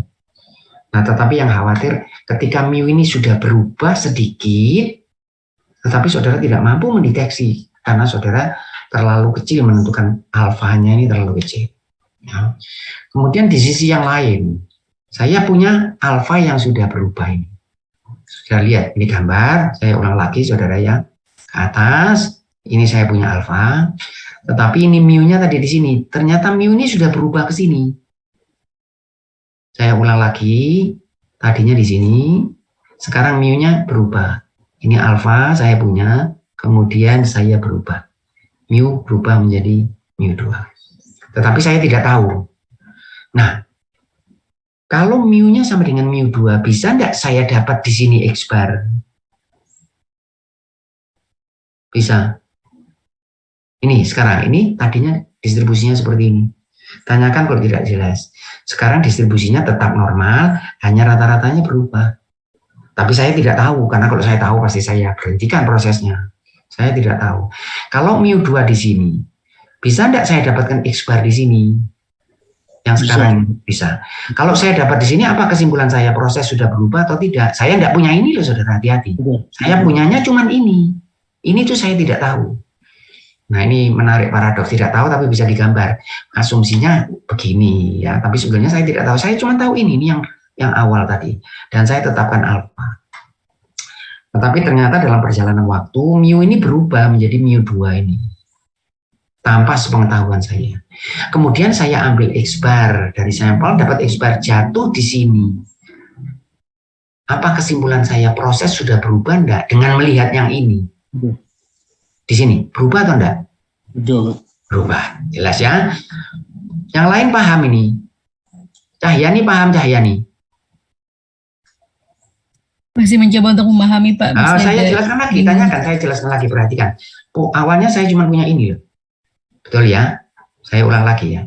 Saya cuma punya ini yang pertama. Kemudian saya melakukan tes. Ini saya tentukan batas penolakannya. Ini alfanya. Saya cuma punya ini. Tanpa sepengetahuan saya, harga mu saya ini berubah sekarang ke sini, berubah. Nah kemudian kalau dia berubah, kemudian saya ambil sampel, bisa enggak saya dapat di sini?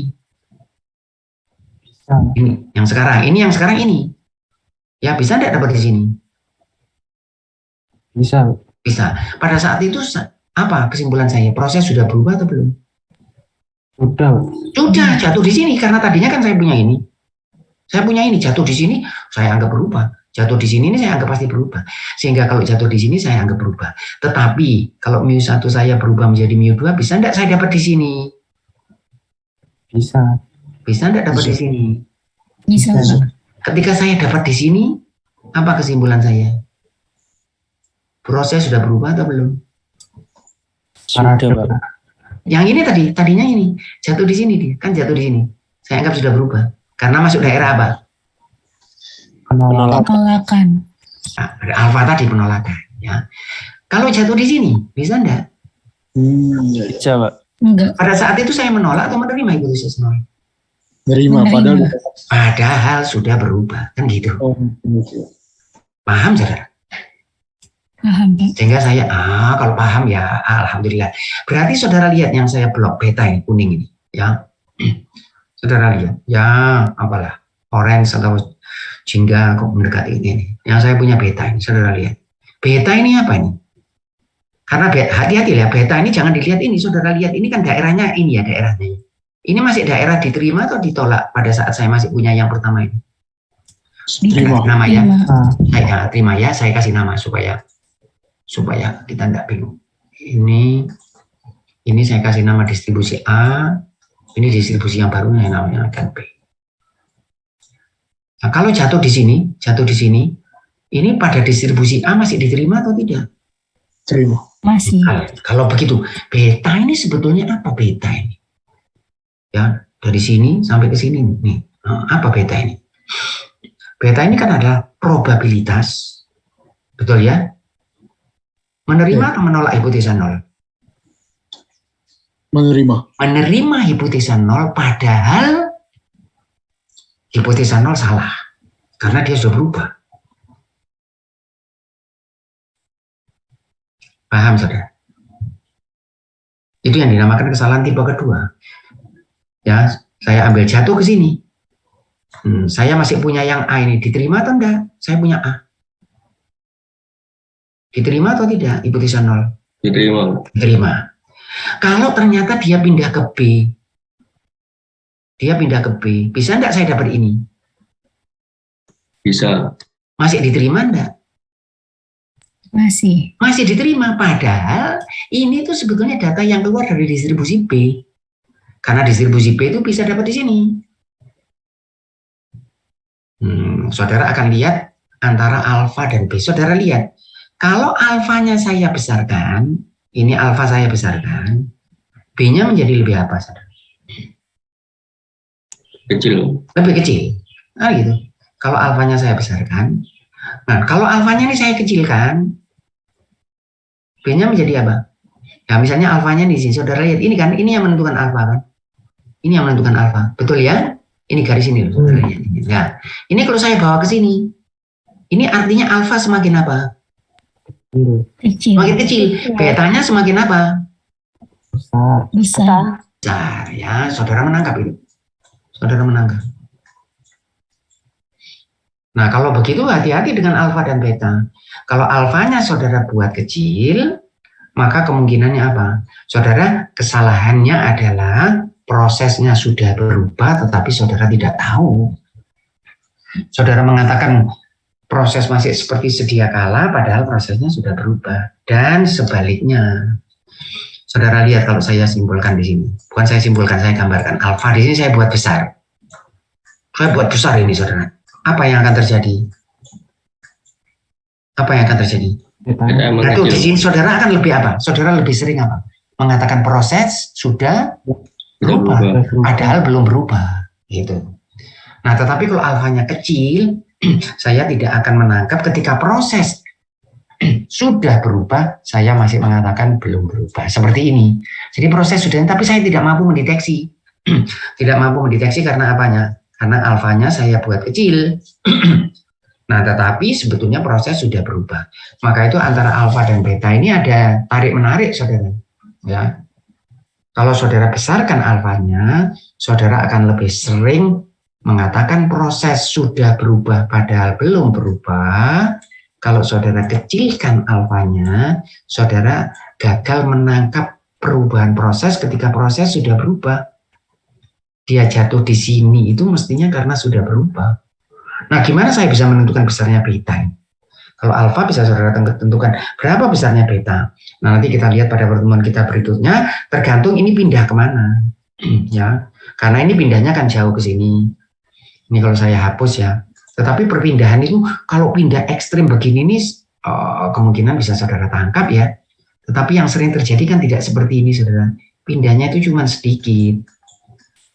Jadi harga rata-rata mu1 ini cuma pindah ke sini. Kemudian distribusi saudara jadi mana sekarang? Distribusinya kan jadi begini. Ya, kan jadi begini. Sehingga saudara punya. Nah, sehingga sekarang mana kemampuan saya untuk melihat? Ini dia sudah berubah. Dia jatuh di sini. Jatuh di sini. Apa kesimpulan saya?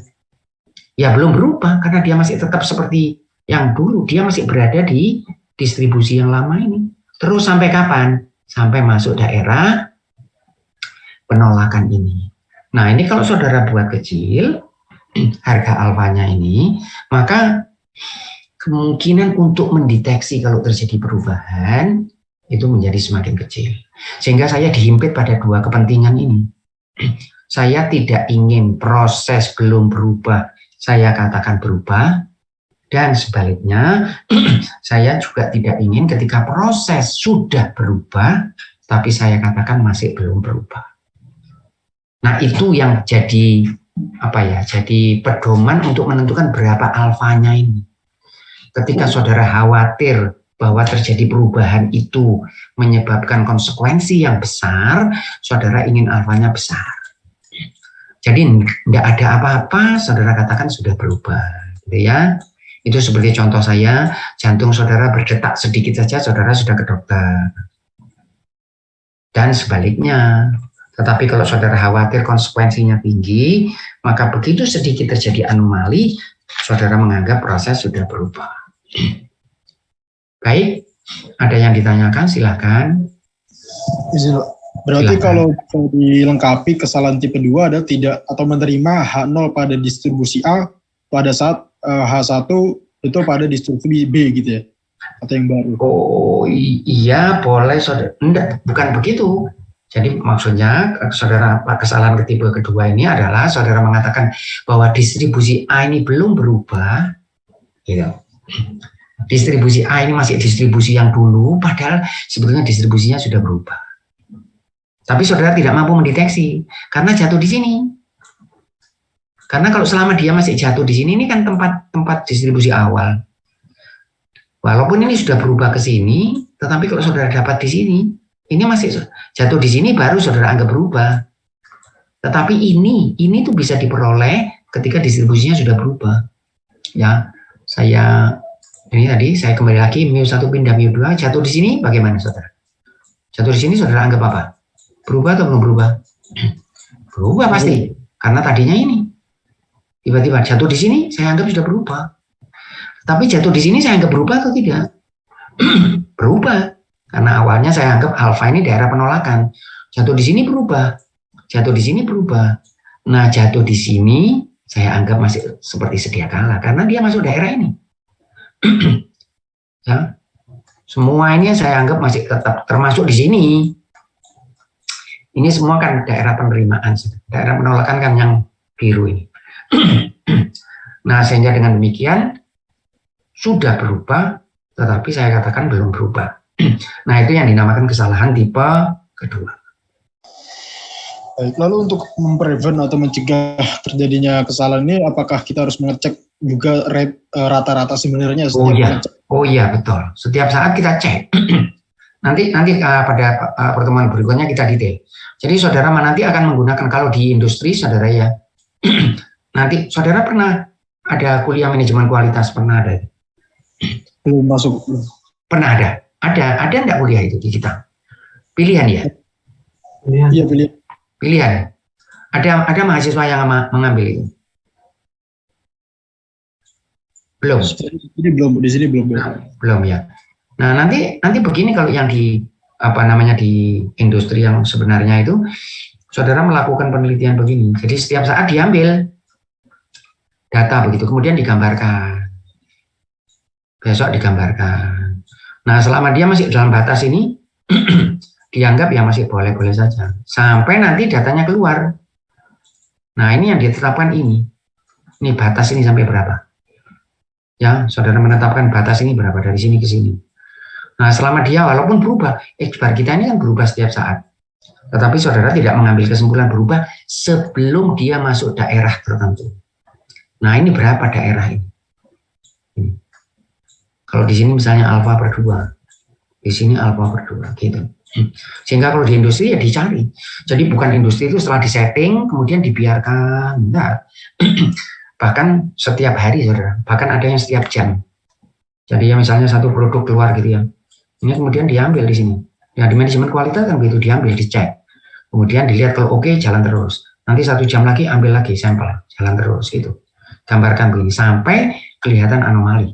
Kemudian mulai dirasa bahwa ini sudah terlalu besar untuk terjadi karena kebetulan, maka harus di-setting ulang.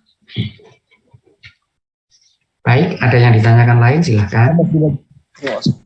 Baik, ya. Ada yang lain silakan. Baik, kalau tidak ada, sampai di sini kuliah kita hari ini. Kita ketemu lagi insya Allah hari apa, saudara? Kamis. Hari Kamis. Kamis, Pak. Baik, Kamis. Baik, saya stop sharing. Assalamualaikum.